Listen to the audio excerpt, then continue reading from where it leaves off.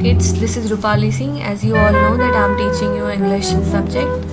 And so kids, we have already finished our first lesson and today I am back with second lesson. And before I start the lesson, I would like to talk to you a little bit. Children, have you ever heard stories? Yes, we all have heard so many types of stories, right? And so who are the person who tells you story? Yeah, mostly our grandparents, say Nana Nani or Dada Dadi, or our parents also tells us stories. Yes. And have you ever heard about Panchatantra ki kahaniyan? Yes. Can you name some of the stories which you have heard? Okay, so today you know what we are going to do. We are going to only hear good stories. Yes.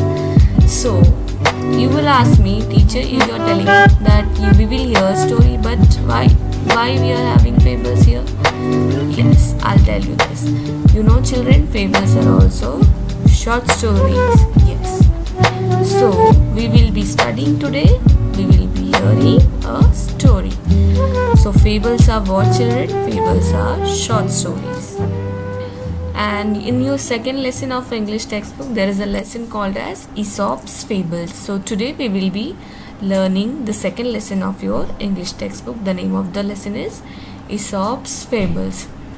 So fables are what? Fables are stories intended to teach a lesson, and animals often speak and act like human beings. Yeah. So mostly the animal characters are there in fables and they act like human beings.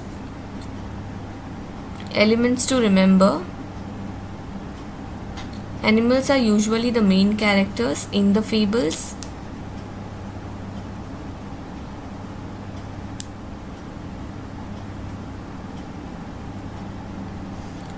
The plot and the characters are simple. Stories teach a moral or lesson. All the fables, all the Aesop's fable teach, always have a moral or a story. Setting is common and non-specific. An author uses personification. So animals are treated like real human beings. So who was Aesop, children? The question comes, who was Aesop?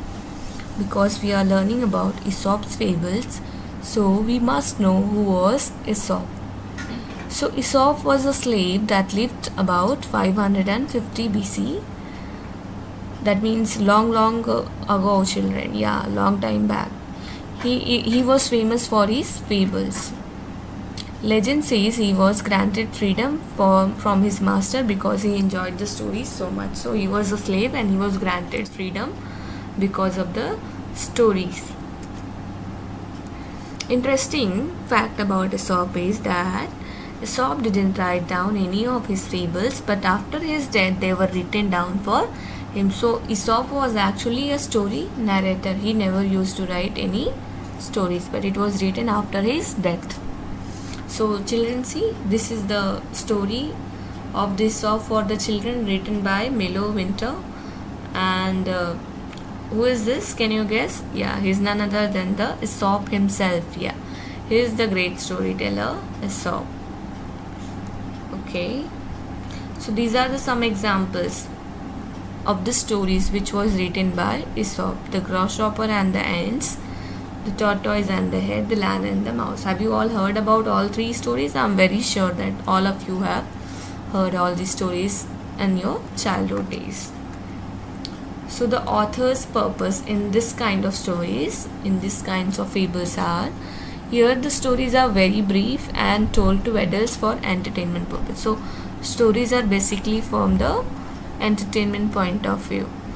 These stories are passed down from generation to generation. Usually any stories are passed from generation to generation. Say your grandparents tells you story, then when you grow up, you become old, you will tell to your kids the same story, and this way it will pass on from one generation to other generation. So the Lion and the Mouse, very famous stories. I am very sure that all of you know the story of the Lion and the Mouse. Do you know? If you don't know, just go and see the story of the Lion and the Mouse. Okay, this is the story. I won't read it for you. You have to read it on your own. Moving further. The Lion and the Mouse, the moral of the story is, don't forget even the smallest friend. is worthwhile. Okay, here we go with the lesson name. Children, you have the second lesson called as Aesop Fable. In that you have two stories. One story is a stag at the pool, and the second story is the dog in the manger. So this is your first session of English. In the next session I will be talking mainly about all these two stories. But before I finish this, I'm giving you one homework. You will have to write down your any story whichever you have heard till now, any short and simple story using your own language, new words. Try to make it very interesting, and you will write in English only, no other language allowed. So this is your homework for the day. Thank you. We will be soon meeting with the next video.